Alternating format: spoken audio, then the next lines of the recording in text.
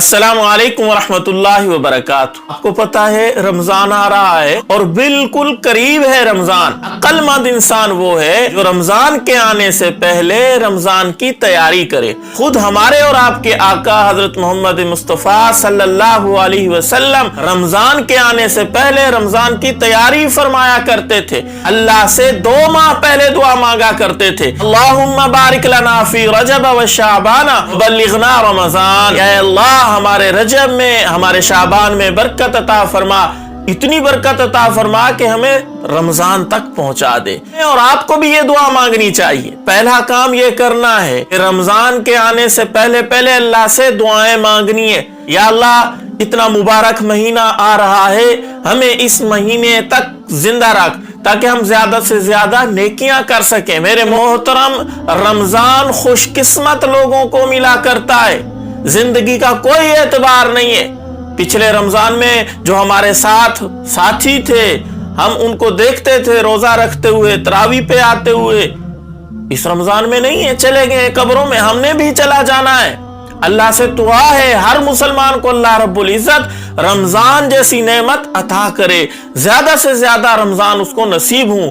तो हमें और आपको ये दुआ मांगनी है, या अल्लाह हमें रमजान तक जिंदा रख ताकि रमजान के अंदर ज्यादा से ज्यादा मैं नेकियां कर सकूं। दूसरा काम ये करना है, रमजान के आने से पहले इस्तिग़फ़ार करते हुए गुनाहों से बचना है, गुनाहों से ज्यादा दूर रहना है। टेलीविजन देखना बंद कर दे, मोबाइल के ऊपर गलत किस्म की वीडियो देखना बंद कर दे, बदनजरी से अभी से हिफाजत करें। दूसरी लग़वियात चीजें हैं, पबजी लोग नौजवान खेलते हैं, मोबाइल के ऊपर हर वक्त खेलते रहते हैं, इनसे परहेज करें, इबादत में लगें, नमाज पढ़ें, कुरान मजीद की तिलावत करें और नवाफिल पढ़ें, दुआएं मांगें। ये सारे नेकी के काम अभी से करना शुरू कर दें। ज्यादा से ज्यादा नेकी के काम करने की कोशिश करें और गुनाहों से बचने की कोशिश करें, ताकि ऐसे ही रमजान शुरू हो तो हमारा मिजाज आदत बन चुकी हो और हम फुल फॉर्म में आके इबादत करें। रमजान जैसे ही शुरू होता है बड़ी मुश्किल हो रही होती है हमें इबादत करने में। 1-2 दिन करते हैं, फिर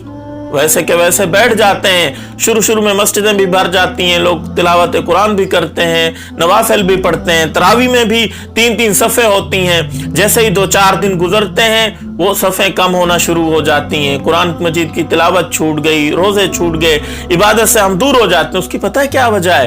कि यकदम यकबारगी जैसे ही रमजान आता है हमें जोश होता है, वो काम करते हैं, फिर मिजाज आदत नहीं बनी होती तो वो काम छूट जाता है। तो इसलिए मैं कहता हूँ अभी से शुरू कर दें तैयारी करना, अभी से माहौल बनाना, कुरान मजीद की थोड़ी सी तिलावत करें, अभी से जायद नवाफिल पढ़ना शुरू कर दें, दुआएं मांगना शुरू कर दें ताकि रमजान में आसानी हो।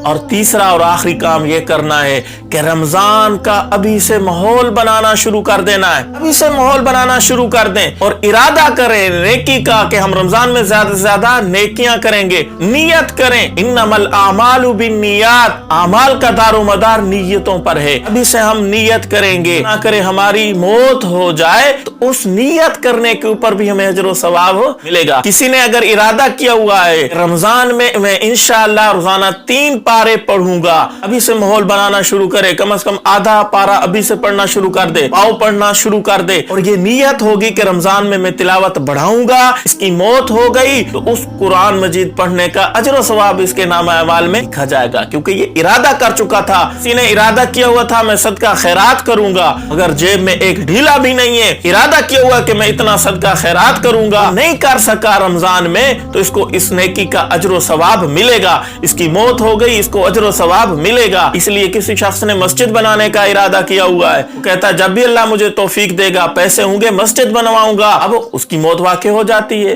पैसे उसके पास आते नहीं है, तो इसका सवाब मस्जिद बनाने का लिखा जाएगा।